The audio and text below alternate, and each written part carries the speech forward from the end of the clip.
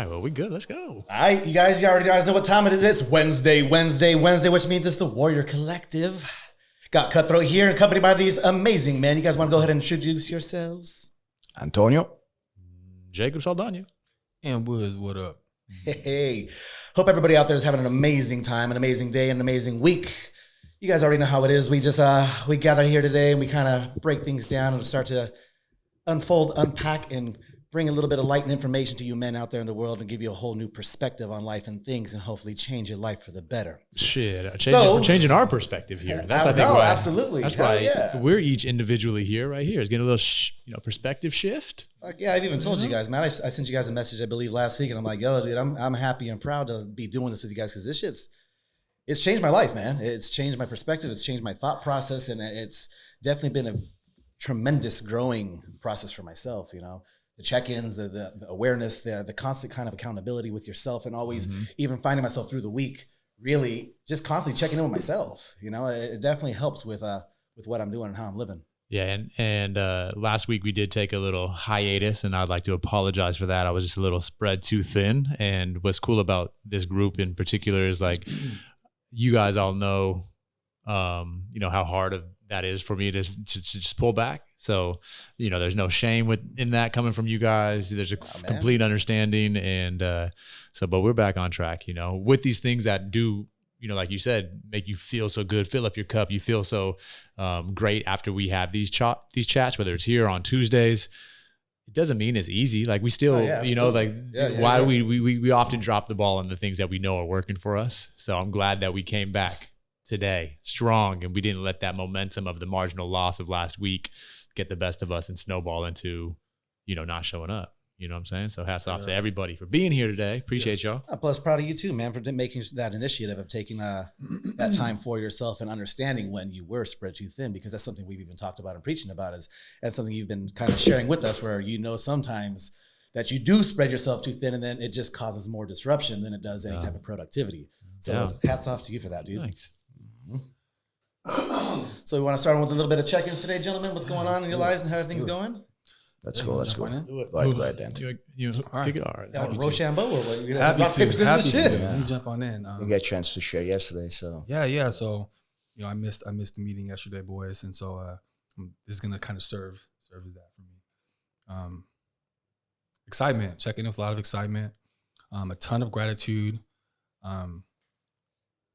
Thankful. I'm thankful. I'm learning a lot about myself lately. As always, there's always that anxiety. I'm always dealing with that. It's never absent, but a ton of comfort and leaning into a lot of discomfort lately. So I'm learning a lot about myself. I'm proud of myself in a lot of new ways, and that's a big deal for me. And a lot of gratitude. I'm happy to be here in a very internal and a very deep way. Straight up. Dope. So for me, I'm checking in with a handful of things. Checking with a little bit of anxiety, but nothing more physical than mental. The physical anxiety is just, I just got back traveling from Austin, and it was a hell of a roller coaster of a ride, you guys. Like, there was delayed flights, and freaking my equilibrium got all messed up from the flight, and then a 4-hour layover and all this other stuff. But the trip itself was amazing, and my partner that I was with was absolutely amazing. On lighter side, I'm fucking really happy, man. I'm ecstatic. I'm joyful. In this place of like, my mindset is very, I see the path that's right in front of me. You know when you can see the long road ahead, so you know what's there, and you're just like, I just got to pursue forward. It's feeling like that, very destined, and like, I guess finally finding your destiny kind of thing, that kind of feeling. You're just like, dope. Reason being, I just got engaged. So congratulations. Me and my fiance Luna, ex-wife twice removed. But nonetheless, we share with everybody this story. When people ask, like, so what are you guys? I'm like, oh, that's my ex-wife twice removed, but we're engaged to be engaged. And everybody kind of goes, wait, what? But it's just funny because our relationship has just been this crazy full circle, blooming, blossoming. And then, it's almost like a flower. Like, it's this thing that comes into fruition and it grows, but it kind of has to die out in order to kind of blossom even more. And now at this final stage, I finally feel like it's hit like this full bloom of like, this is what it was meant to be, and all that shit that fell off and all those things that like came to be and go, and you saw the beauty and all these other things. It's finally now that full stage, and it's really, really dope, you guys. Like, I'm happy to be with my person. And it's one of those things where like, I have no doubts about it whatsoever. I'm completely secure in it. I'm completely like confident in it. And I'm ready to fucking just take on anything that comes our way. Because obviously there's going to be the hiccups. There's going to be the troubles. There's going to be the battles sometimes, which it's easier to talk about. It's always going to be good and dandy and fucking, yeah, happy. No, it ain't, dude. Like that's just the reality of life and love and just people in your life. But I can say without a doubt, I'll be there no matter what, you know, and proposing to her and watching her eyes and like the way she lit up and the way how stoked she was, that was probably one of the most fulfilling feelings for me as a man, you know, to know where we've gotten through and what we've gotten through and to still see her have that kind of love, the amount of love that she looks at me with. I ain't gonna cry. It's fucking dope, dude. Like no one has ever looked at me like that. And I can honestly say like, no one, dude, like no one's ever looked at me that way. So hey, shout out to Luna. I love you, baby. Like I'm good, you guys. But like I said, Nice, dude. happy, stoked, fucking feeling great. Man, congratulations. Thank you. Yes. Shout out to Luna. Yeah. Yeah, man. Hello. Let's see, for me, man, like honestly, man, I don't know, man. There's been this like low key sadness, you know, for me. Like I've you know, like I knew I wanted, because I felt this for the past couple of days. I shared with you, Antonio, just this podcast I was listening to yesterday about happiness, you know, from Naval, and everything he was saying was just like really hitting home. And it's like I've felt like not at peace for, I don't know, a really long time.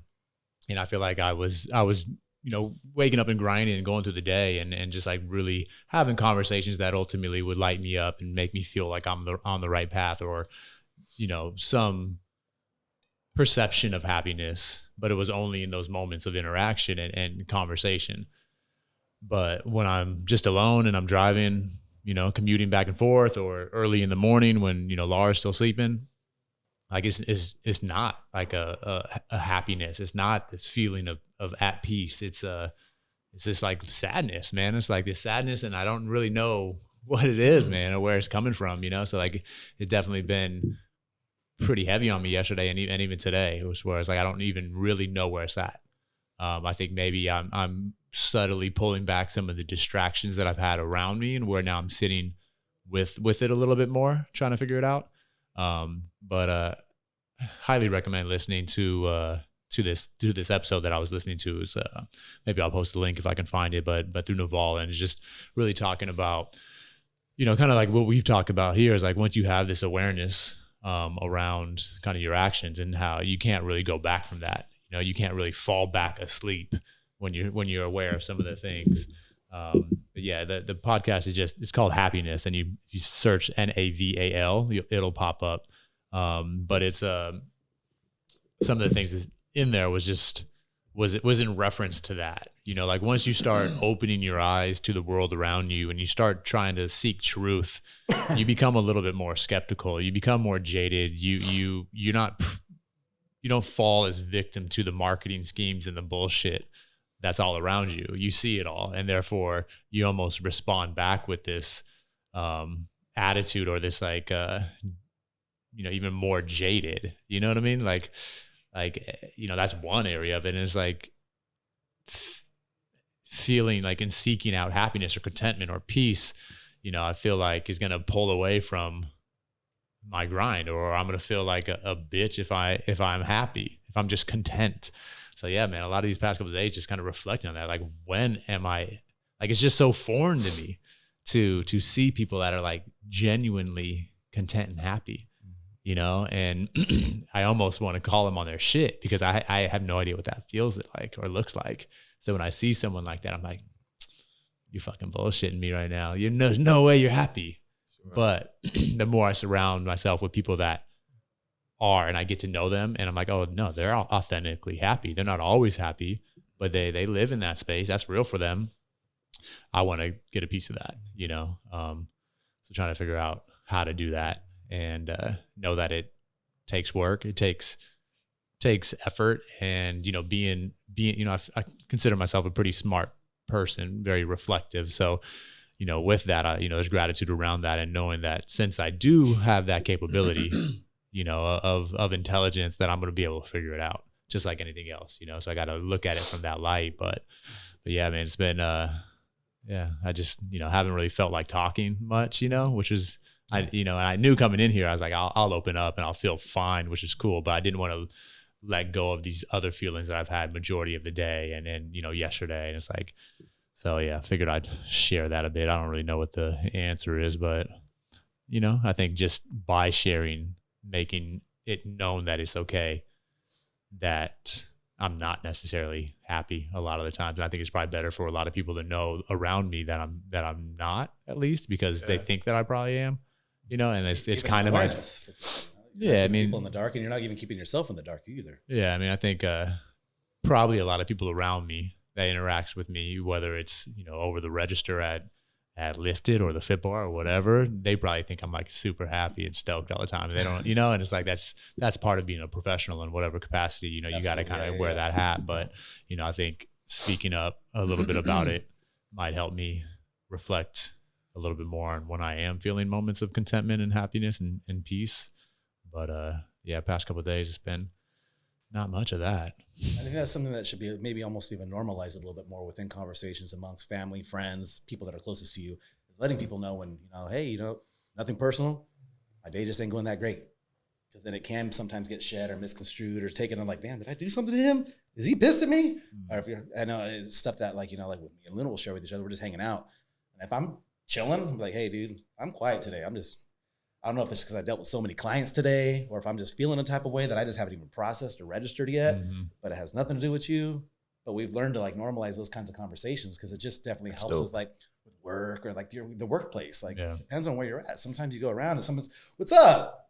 What up, man? I'm like, damn, what the hell did I just do to him? Like, is he okay? Like some people will internalize that.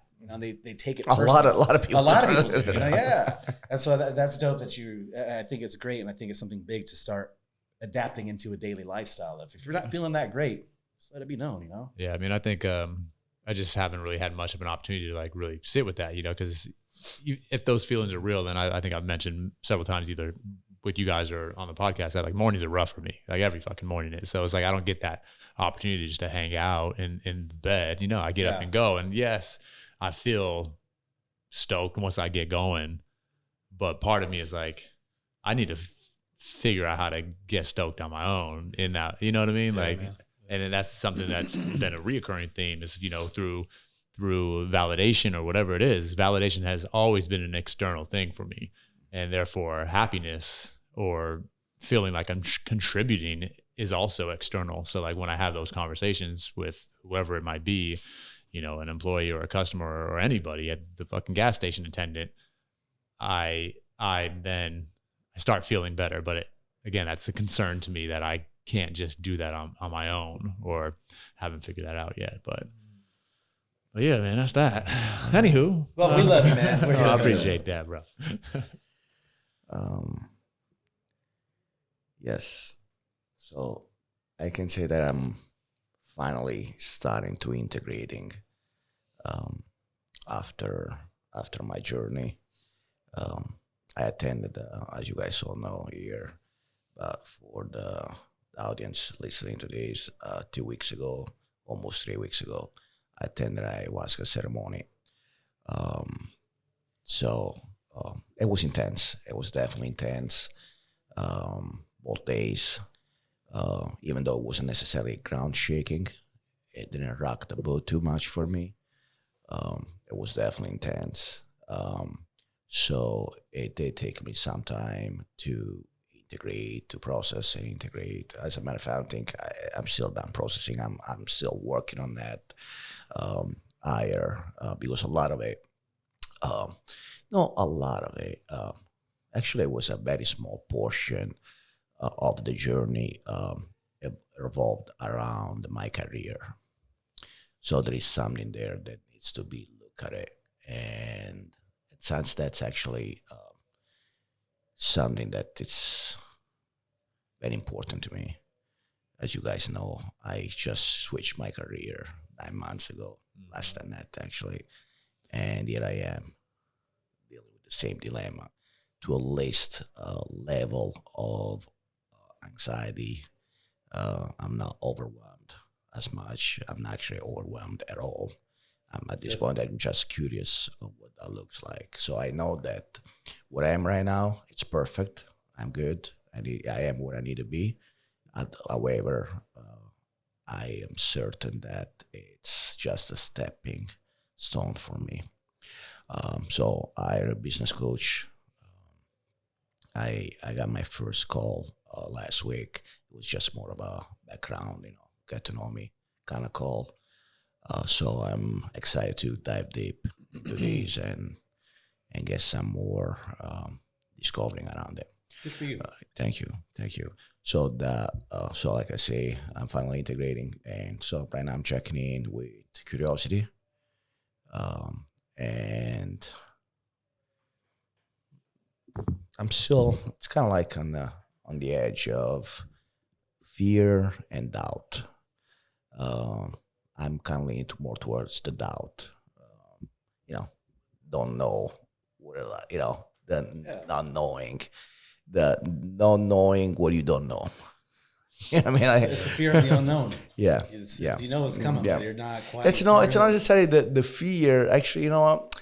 It's the doubt. It's the doubt that comes with like, is this actually a thing, or I'm just making this thing up? I'm just like chasing a ghost, so to speak. Okay. As far as the career change. And Yes. that. Yeah. Yeah. Am I chasing a ghost here, or actually it's a thing, right? So the doubt around that, not so much the fear, actually. Yeah. I mean, I think a lot of, I guess what you're chasing is this fulfillment, right? So it's like, I mean, that should be what we're doing, right? And it's like everything else around it is what makes it like really challenging. Like the need not to only do what you feel fulfilled as work, but it needs to be able to now bring in this income to support your family and live here in this expensive asset, area that we live in. So it's like, just can you all like go back to a time when all we got to do is chase what fulfilled us and contribute in that way, and like these other distractions didn't even have to be a part of the conversation. Like, man, like being able to navigate from that would be amazing, but not the case. It's also for you probably just making sure you don't fall into the same habit of being stuck into something longer than it need be compared to what you were doing before. Yeah, because, I've known you for years now, and I remember it's just always it just turns into a systematic kind of the thing is like I was stuck, and I'm writing a post on my Instagram about it. It's still in the draft, but reflect. I was stuck in that job for 20 years, in my previous careers for 20 plus years. And so now here I am. I just finally found the balls to step into I guess my power, my purpose. And 9 months later, 8 months later, here I am questioning if this is actually it. Congratulations on finding your balls. Thank you. Took you 20 years to find It took 20 years to find, but you fucking found them. Yeah, man. Well, I mean, I think, you mentioned, I was like, I'd only made this transition 9 months ago, and maybe a little concern was like, you're bouncing to the next thing. But, like you just said, man, you're in that other fucking career for 20 years. So now you should be super flexible, make all the adjustments you need to. And what I would love to tap into real quick before we go anywhere else is doing something like that. I feel like a lot of people out there do that.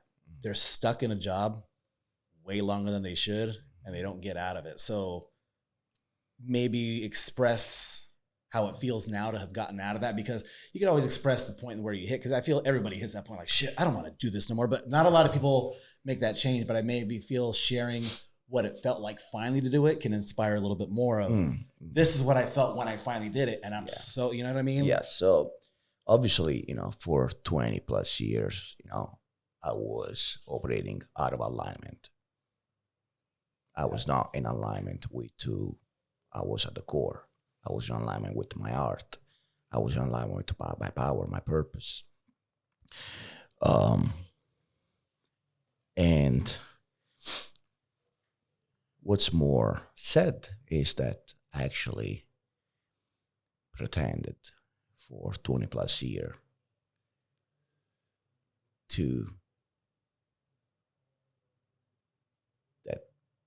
that was my call. That was my calling. that was it. That was, this is what I'm meant to do. This is what I, You told yourself it was okay. Yeah, it was okay. It was actually not just okay. That was it. Like that. This is my purpose. This is what I'm here for. This is what God put me. God wasn't a conversation back then, but yeah, if we were put God in the mix, I would probably say, yeah, that's what God put me on this earth for. Right. So that's what's even more sad about it.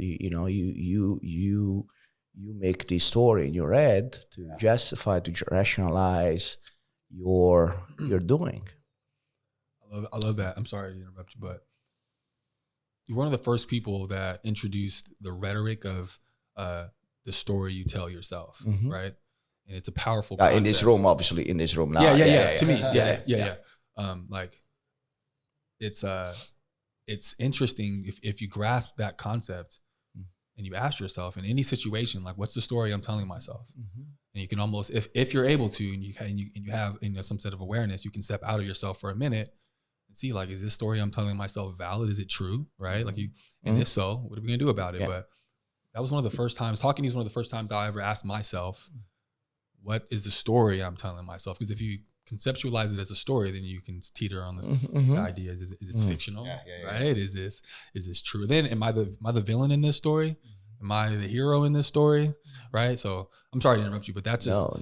Whenever you say that, it reminds me of how I go about the situations in my life. Is the story I'm telling myself right now. So if you keep telling yourself that story long enough, it just becomes true in your mind. Exactly. No matter how fake it is, you just keep telling it over and over and over before you know it, you're like, oh shit. Wait, and then you start to even doubt whether it's real or not, or what the hell is even reality. This is the thing. Like, it's kind of like, if you're not ready to face that time in jail, you're going to keep playing not guilty. Yep. Right? Whatever, you're going to come up with all these stories. That's why you're not. You're not. So going back to your question, so that was me, 20 years, telling myself that story until the anxiety, the overwhelming anxiety of being out of alignment gets so loud that it's freezing, so loud that it's paralyzing. And that's what I knew that something had to be done about it. Like, and I didn't get to that point until I had made the decision of starting my new career as I was still working at my old job. I was burning the candle on both ends. Remember that? I was barely sleeping 3 hours. I was giving you a shot of espresso in the chair before the haircut and after the haircut. One of which was, in the car doing my lunch break. And so I did that for like 5-6 months.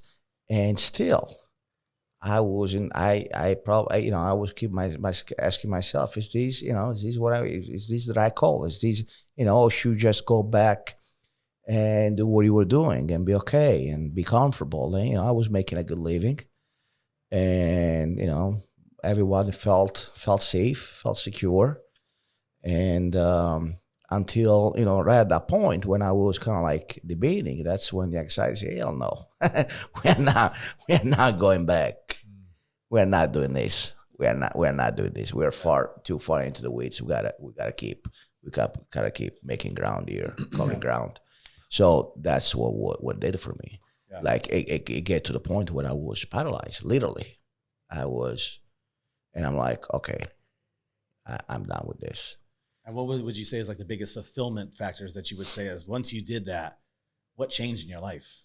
I think what it changed is the change on once you finally changed careers. And there was an immediate release. The second I walked into my boss office to finally give the resignation, there was an immediate release of weight from my shoulder. Like I could actually totally feel my traps just like dropping.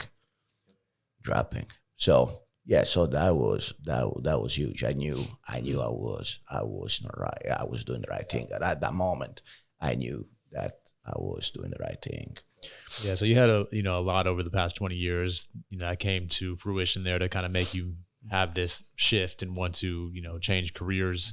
This next phase right now where things are getting a little shaken up for you and you're questioning that again, came by the way of your ayahuasca ceremony. Mm-hmm. So maybe you want to, I'm assuming that looked a completely different way, kind of into this realization. It's like, yeah, maybe I'm not doing right now what I really want to be doing as well. So we've talked briefly on some other episodes about plant medicine and our relationship with, DMT or psilocybin, or in this case, ayahuasca. So this is a place in where we are all trying to discover, the truth and like who we are and how we show up in this world.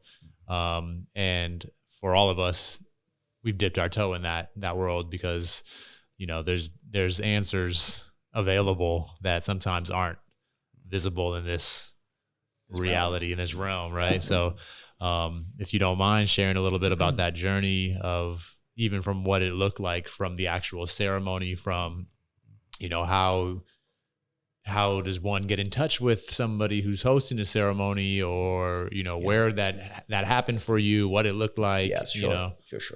So, I was invited. I didn't even know ayahuasca was a thing until actually I started working at the gym. And actually one of my first clients, because we were talking and we were having a pretty deep conversation, and I was like, okay, so what was your turning point, right? What was your for you? What would that look like? And it was ayahuasca. Ayahuasca, what's that? What's that? And so he explained, and so he explained that to me, and so and that kind of like just planted a seed, and I never thought about it after that until I got invited within the same circle of that same client I just mentioned to a ceremony that was like 3 months ago, I believe. And I shared with you guys in the group. So things then felt right for me. And I guess there was a lot, some fears, some doubts. So I decided to dodge that. And however, they were, I guess, kind enough to invite me again a month or so later. And at that time, it felt right. So I accepted. They put me in contact with the host of the ceremony, and so subscribed, and a week later I was there with 19 other people I never met in my life besides two that I knew were gonna be there. So that was the intro to. Then I got there, this beautiful place in the mountains in San Diego. Took me forever to get there, 3 hours. Shit. Yeah. No, without traffic, it was just like 3 hours straight. Right? Wow. Yeah. Anyhow, With the group of people that you went through the ceremony with, did they remain strangers, or was this something that you guys interacted with? No, we nothing came out of it in the sense that I don't think I exchanged number with none of them or contact. Probably a few people I exchanged my IG handle with, but yeah, we were pretty close going through the journey as we were processing it the next day, going into expectations. A lot of them, I think I was the only one, to be honest with you, probably another two people that haven't experience with that, but everybody else said probably that was the very least the second time they attended. How would you describe kind of the background of people that were there? It was definitely a big latitude of demographic. All walks of life. Yeah, all walks of life. You're going from the extreme hipster, hippie to business. Like literally, there was this like CEO of these large corporation there as well. So yeah, totally, yeah. Yeah, I think a lot of people have the stigma too that this is only just for people that are very hippie and connected to the earth and just this whole. And it's not. It's really, really not. You have people that blue collar that were about to retire in their late 60s, and they were there. That was our 7th ceremony. So yeah, you had like all walks of life in there. So that was the beauty, right? Where you didn't feel like by going there and by doing that, you were going to be labeled or shelved with a box, if that makes sense. Yeah, absolutely. Yeah. I mean, I think it's important to mention though, because a lot of these conversations are intended to break the stigma associated with plant medicine, and you know, it's even just to reflect back upon relationship with other compounds growing up, how big of a deal the messaging and the stigma around it was, whether or not I participated in any of it. Like, well, just weed wasn't really a thing where I was too much, or at least the stigma associated with cannabis and weed. Like, I didn't really smoke at all. You know, when I did, you know, I think maybe I was a junior or senior in high school. It felt fucking like I was doing some gnarly ass shit. You know, like I was really being a fucking badass. You know what I'm saying? Yeah. But I was getting smashed at 16. I was drinking, you know what I mean? Yeah. Like, and that's the kind of shit that when I'm talking about like just thinking and being a free thinker, sometimes what I think leads to my unhappiness is that train of thought now, where it's just like that's a fucking trip that we're drinking, that these young kids are drinking.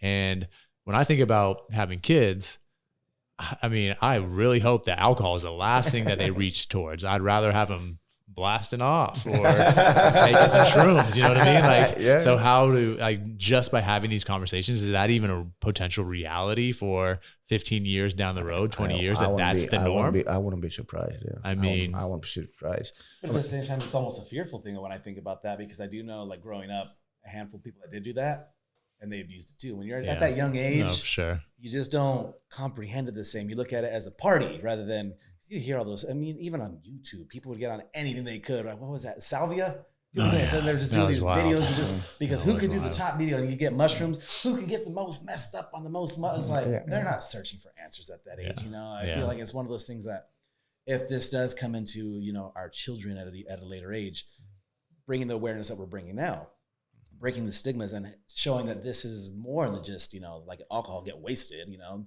you can go drink alcohol and go get hammered off your fucking face, or you can have a long stressful day, have a glass of wine that's going to help your heart, it's going to help your stress, your anxiety, and there's that balance to that and having that control. And I think teaching the control and the understanding of what we're doing and what we try to preach definitely is going to be like the bigger factor. You know? Yeah, you're right. Yeah. No, there are, as a matter of fact, touching on, you know, you mentioned, you know, kids and concerns around that. Actually, as you know, those are actually ceremonies that introduce young men. I'm not sure about young women, but young men into the adulthood, right? And as a matter of fact, I heard of some private ceremonies in the area for young men. Yeah, young men. So I was pretty stoked to hear about that. But going back to your point, like, there was some, although I was committed, I was there, I was sitting, I was already, you know, in the process of getting to my journey, there was still shame and fear around that, right? You know, shame for, okay, I'm, 3 hours away from home, left my wife and the kids there, and here I am getting high. Am I actually rationalizing this with trying to get work done on myself, like, or I'm just here to get fucked up? Got a little bit selfish. Yeah, right. So there was, and then there was definitely fear around the process itself. Yeah. You know, I'm eating, like, you know, here I am, like, I see buckets being handed out. I'm like, what are those buckets for? That's for, you know, that's for your Purge. The purge, yeah. Purging. I'm like, okay. For those of you that don't know what purging is, you fucking throw up, dude, like, your uncontrollably. Guts. You're just like, yeah. And luckily, I think I was the only one that didn't purge those 2 nights. I don't know if it's a good thing or a bad thing, but, you know, I'm glad I didn't. I wasn't ready for that. I know when I did combo. Yeah. When I did combo, I definitely purged, man. There was a lot of stuff coming out. It's definitely... Mm-hmm. I went through it and I just felt like this crazy, and I'm like, oh man, I'm not gonna throw up. And all of a sudden, I'm like, oh shit, it just came out like without even, you know, when you have to throw up, you start getting nauseous. You know, you start getting this feeling in your gut. There was none of that. It was just this, I'm cool. Oh shit, I'm not cool. And it just came out. And the funny thing is actually that a lot of the people that were there were nauseated by the consistency and the smell of the plant. I was the only one that actually enjoyed it. I don't know why. It felt like a licorice, texture to Delicacy, it. huh? You Yeah, even mentioned it was like almost molasses, like a Molasses, grainy molasses. grainy molasses. I'm like, I actually like it, and I didn't realize that was a thing until afterwards, the day after the first ceremony, the first night. I'm like everybody was like, "Damn, that thing was disgusting." Yeah, dude, and it never gets better. It never gets better. And like, I'm like, what are they talking about? I can see Antonio there going, "You gonna finish yours?" Yeah, I was protein in it. yeah. And as a matter of fact, the second night I asked for a larger dose. Nothing to do with the nothing to do with the texture, but you get the macros. Did it fit in your macros? I definitely fit my macros that they do, because they make you actually fasted. Yeah, from 1 p.m. on. I think 1 p.m. it's the last time you can consume food. And you had a strict diet too that you had to follow. Yeah, you have a strict diet you have to follow. It's not necessarily strict. It's just some ingredients you cannot have. You cannot have sex. You cannot do any other recreational drugs within a week. Yeah, because that's good for people to know. If anyone's looking at doing these kind of ceremonies, there are rules and kind of not regulation, but they have a guideline of they recommend that you follow. Because I had the same thing with combo. Yeah, you remember like I was scheduled to meet you like 3 days before that to do some DMT and stuff, and we had to cancel. Because that says no anything at all. Like you got to just completely come in clean. Correct. You showed me the list of foods that you had to eat. And it was just a very specified list where they broke it down to like a very simple, and they called it a certain diet as well. La dieta. It was called la dieta. Yeah. But it was just very specific. And I remember I was about looking at it, I'm like, damn, what the hell are you going to eat then? I know. No beef. Yeah. Yeah, no salmon. So that was it. But actually the first night, fast forward the first night, I take my first dose of the plant, of the medicine, go back to my seat, I sit there, and within, I don't know, 10, 15 minutes, I start diving, right? You can feel, and for me, it was very physical. Like everybody around, because you're aware throughout the ceremony, you're aware, some more than others. But for me, I was, I felt like I was really aware. Maybe it was just a perception, just something that I was telling myself. But, maybe it's that controlling part of me that, want to make sure that everything is safe. But I felt like I was really aware. And I felt like I was the only one that was reacting to the medicine in the way I was. I was making all kinds of gesture, and I was doing downward pose. I was stretching and touching my toes. I can even touch my knees. But I was bending. I was twisting my arms like this. You're a contortionist. You became more flexible after, so you were touching your toes. Yeah, no, I was, dude. Like I'm telling you, like my arms, I was twisting my arms and going back, like taking my arms behind my back. Did you get this? Was this corroborated? Did someone confirm this? Yeah. The whole time I was just sitting like this. No, this is confirmed. This is confirmed because one of the guardians actually was like, "Damn, dude, you got some moves." He was popping like turbo. And fascinating. That's fascinating. Yeah, and aware of that first night, the theme was anger, violence, killer instinct. I wanted pretty much to fight everybody, all the men, not the woman, all the men around me. And although there was that urge to want to kill someone, fuck shit up. I knew there was a line there that had to be, so I was aware of that. I was making all kinds of like growling noise, like smacking my face on. And I think it's important to share that too, because like with my DMT experiences, because people always ask this: are you aware of what's going on, or are you out of control? And I've always told them it's hard to describe because like how you said you're flowing, you're kind of doing these things. but you're very fully aware of what's going on at the time. You're not. You could. I guess you can say, and this is at least true for me, and it's different for everyone. It could be different for everyone else. But I felt like I could stop that. Yeah, no, I could stop that by just decide, because they say they encourage you, hey, try not controlling it, let it go, just breathe into it. And I didn't even have to breathe. I never got to the point where that was that overwhelming, where I got scared that I had to like ground myself. Yeah. I just made sure that I just dude, my neck turned close to 180. Like I was stuck like this for like minutes at a time, and then all of a sudden just dropped and went back the other way. Like, dude, yeah.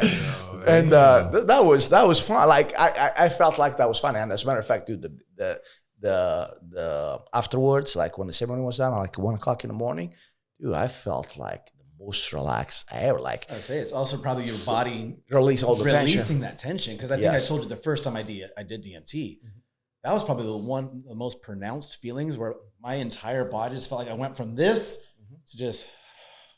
I was like, holy shit! Like, that was true. I feel like this right now. That was for me, and so that's that's on the physical landscape of things. The only thing I couldn't control, it was actually the vocal part of it. Yeah, I called bitch and pussy all the men around me, and like people actually, the men were turning around and like, did you just say that? I'm like, sorry. Seriously, you couldn't control it? Yeah, no, I couldn't. Even if you wanted to? No, I think I probably caught myself. I was able to control it like 1 or twice, but for the most part, it just slipped. Like it just slipped. Yeah, bro, it was that intense. Yeah. That's fascinating, because you are like the pinnacle of discipline, self-control. Like I know, right? Yeah, and that's the part probably that I had to let it go. Like, let me ask you this now. Yeah. Now that you're back, you went back to the gym. I saw you like the next day or so. Right? Yeah. How's your training affected in any way?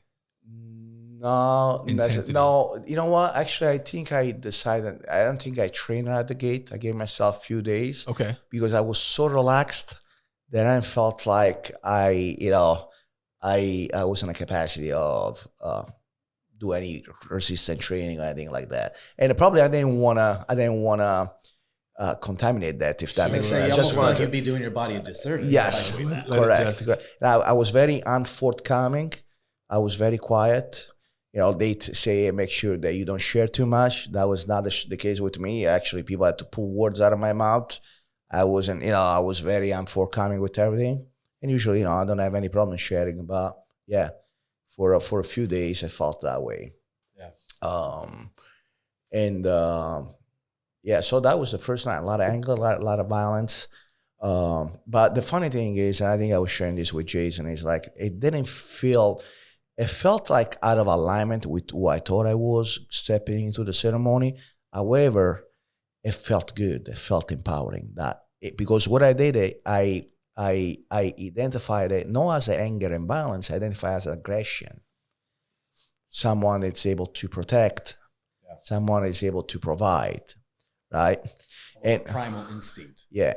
And I read with that, and I surfed that. Until the next night, when I actually approached one of the guardians, I say, man, I know we need to set our intent going to the ceremony. Do you think I should set the same intent that I did last night? It's like, no, but however, it's safe to say that you displayed a lot of anger, a lot of violence, so maybe you wanna look into that. And I was like, anger, violence? No, that was great. No, dude, that was anger, and so that that obviously shifted the entire paradigm, the perspective, and say, okay. So my suggestion too is like, set your intention into releasing that, if that's something you're ready to release, or at the very least, kind of like dive that a little bit deeper with that, right?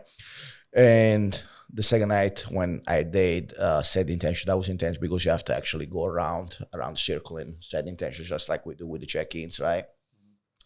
You set the intention, and so when I start diving, which happened real quick, within probably a few minutes, the first message I got was when I asked, I say, hey, what's going on with this anger and balance? Hey, we cool or he's like, no, you know the message I got. You released it last night. You have awareness around it. Move on. So that's, you know, a whole new journey. And there was not intention on that journey, but it was all subconscious intentions, if that makes sense. Not something that was vocalized, but also something that I wanted to touch on. So yeah, a lot had to do around females, you know, around women. A lot to do with my career. And there was the most powerful piece was my finding closure with my mom who passed. So that was the biggest piece of definitely of the ceremony. So yeah, so that was it for me. So the second question is, would you do it again? Yes, of course. Yeah, without a doubt. That was quick. There's no time. Yeah. But it's a fine line there. So obviously, you know, there's a fine line about getting that state again because it feels good, and getting that state because you can actually do work. And you mentioned before that you had already been introduced to it, and you actually backed out of it. Yes. And it wasn't until it felt right, and it's something that I always tell and people even then, Mike, be honest with you, I tried to back out of it too. Yeah. I got caught on my shit, and I felt like, okay, I need to do yeah. Because I know when I end up doing my DMT therapies at home, I don't just do it weekly or like I don't have a timeline on it. Mm-hmm. I just know when I feel called. Like I'll just kind of sit, and when I feel something either is troubling me or I feel like there needs to be a new shift or I'm ready for a new change. If it's 1 week, if it's 2 weeks, damn, I had once where I did it back to back. I did a ceremony and I got a huge release from it, and I ended up getting a good what was it be message. I had a great message from it. Mm-hmm. But as soon as I hit the next day, I woke up and I was like, that's not it. There's more. I just knew instinctively that wasn't it. I need to go back and do it again. And that was the only time I've ever done back to back like that. But I just kind of followed the spirit, the heart, started listening to, you know, trying to connect of like, okay, what's my body, my spirit trying to tell me compared to just my brain? What's my ego? What's my thought? What's everything else digging into me like, oh, it feels good. Like you said, because definitely doing these, you know, medicines, they feel good, you know, doing some mushrooms and going and hanging out and getting a little trip. And that's what I think a lot of people do tend to get lost in the sauce with that is you pop a couple mushrooms. Yeah, you're getting loose. You feel good. You start smiling. You want to experience that all the time. Shit, why not do it again? And then it turns into a habitual thing where now you're almost disrespecting the practice of what it's really for. And for me, not necessarily disrespecting, you're just invalidating the absolutely, absolutely. And so I know, like I said, just for myself personally, I try to keep it within us, at least with DMT, especially because it's a powerful medicine, and it's very explosive, and it's definitely very thought provoking. It's very mind altering. And when I say mind altering, I mean perspective altering, I guess would be a better term for it, because you still have your same thought process, but it's showing you like, this is what you've been missing. This is what you haven't understood. Let me help you. And all of a sudden it just goes, whoa, shit, that makes sense. This makes perfect sense now. And I don't know how, whether it's just like I've talked about, like the veil being broken, or it's showing you a different, almost alternate reality or another dimension into this world where you start seeing things in a different light.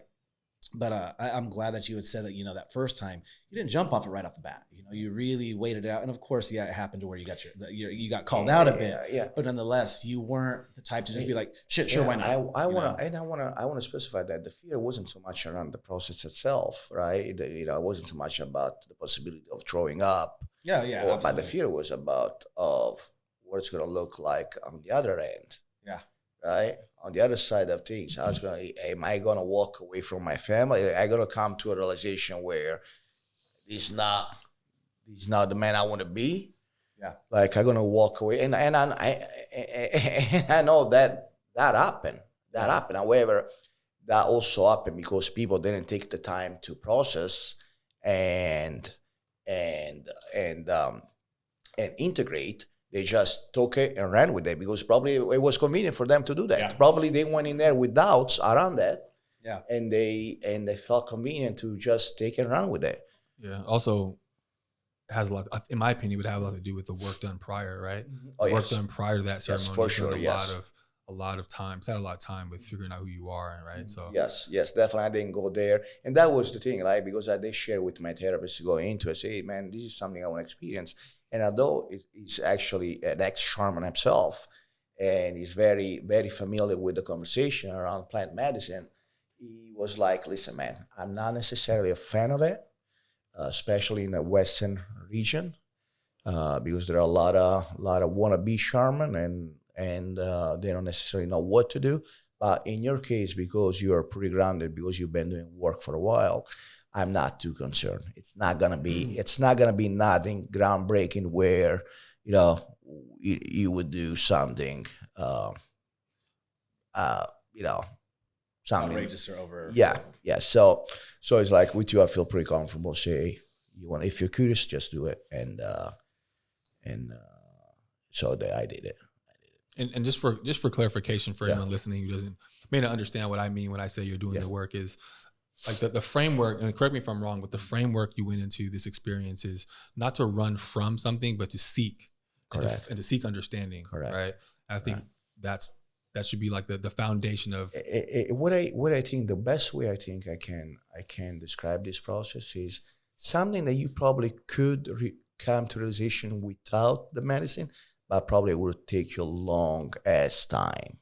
So this is more of a I would say a booster, a supercharge to the destination. Yeah, bullet train. I think it's like you said, the perspective shift. I mean, it's because the loops are still kind of spinning. At least again from my experience with like the 6 grams of psilocybin I did. Like that's my biggest trip and my biggest experience with. It was the loops that I was going through was the same loops that I always go through. I just had a different vantage point at it. So I came out of it with actually a solution, granted it didn't last forever because, I hopped kind of back into my similar environment, but it stuck for sure. So yeah, man, was there any particular tips for the integration process? No, like the only tip I would give is don't do too much sharing. Take your time to process, because you could be sharing something that maybe felt true and felt real at the moment of the sharing, but that with time it may actually become something that could compromise, not necessarily compromise, but you could be sharing something that actually it's not congruent with who you are.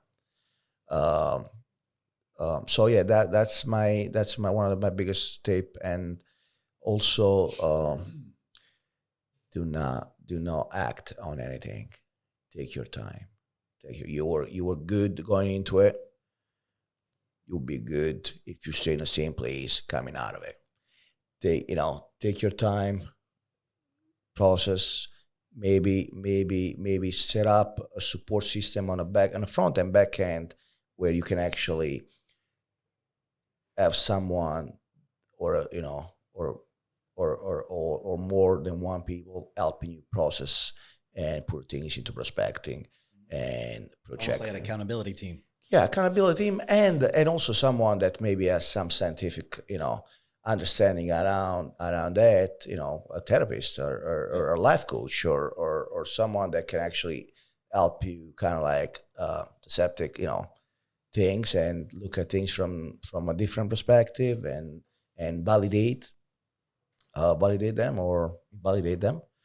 And so definitely that's my biggest recommendation.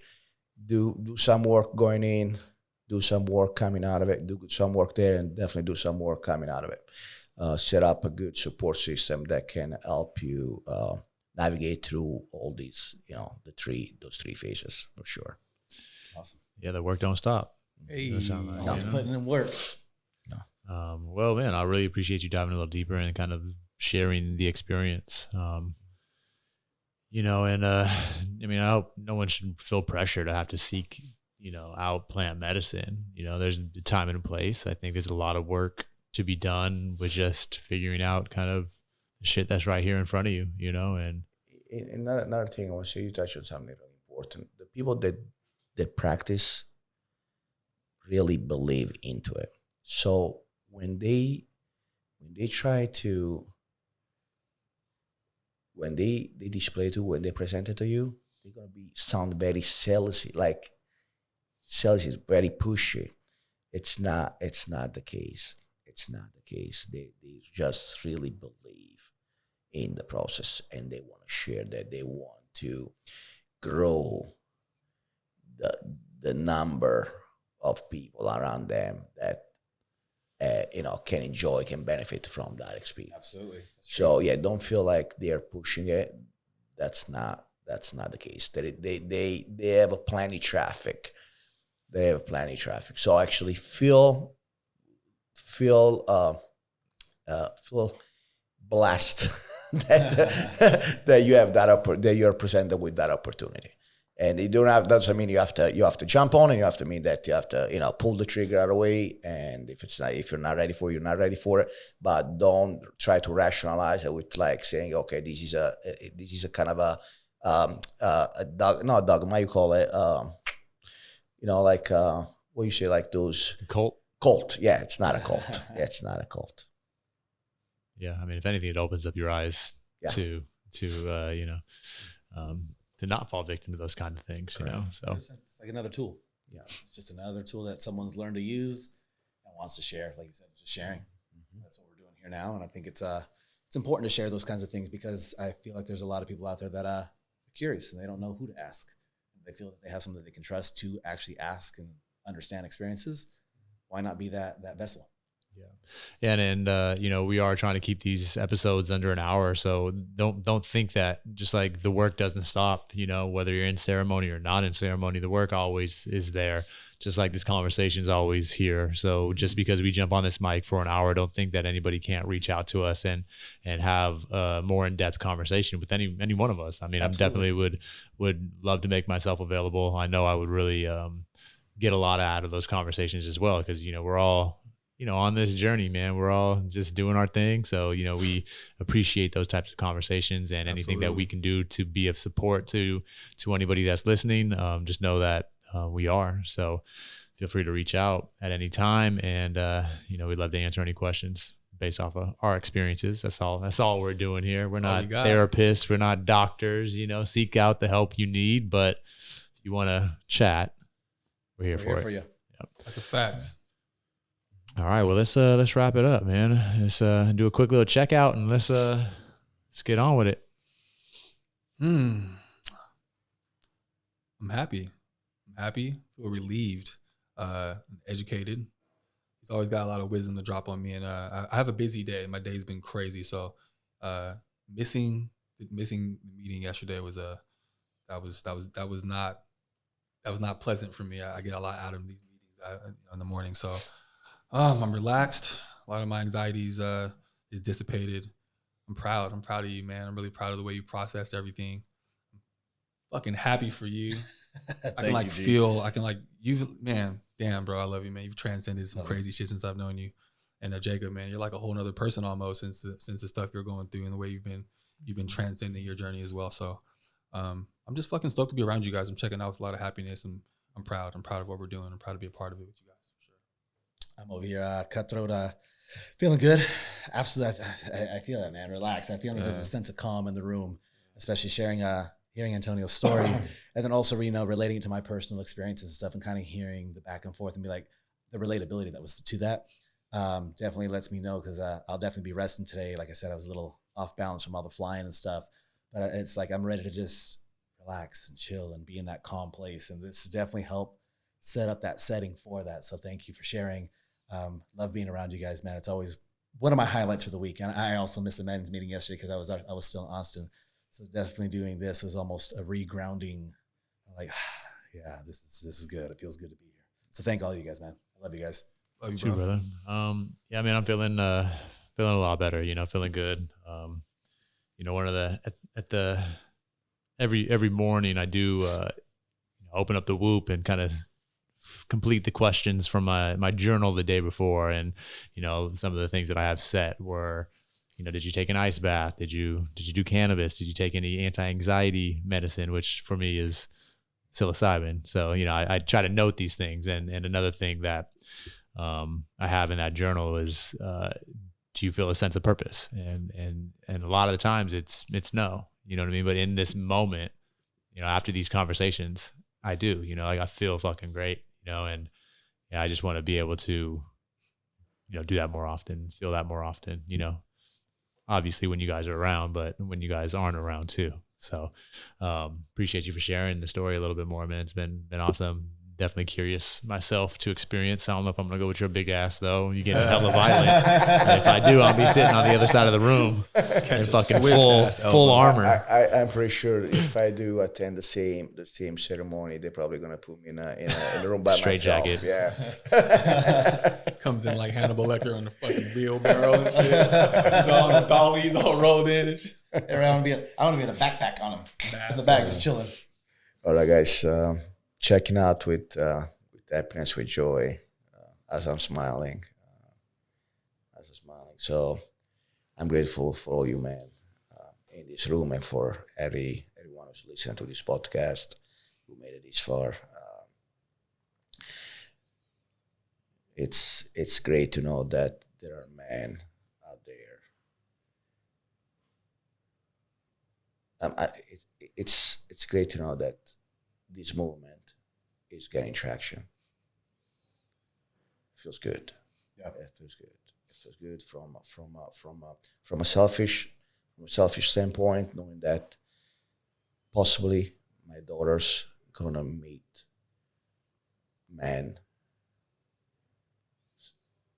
that have the same capacity and ability to love themselves and others the way we do around this table. Absolutely. So that definitely brings joy to my heart. So primarily I'm checking out with joy, guys. All right, y'all. Well, thank you for spending this last hour with us. Until next week, find us on the socials, Cub_Saldana or the Warriors Collective. Cutthroat Barber. And _Woods. Strength Philosopher. All right, y'all. You guys have a beautiful day. Holla. All right, guys, thank you for joining us for another episode of the Warriors Collective. If you like what you heard and this resonated with you, don't forget to hit the subscribe button as well as the bell so that you get all the alerts and updates of when new episodes come out. You can also find us on all podcast streaming channels, Apple, Spotify, and your other favorite channels as well.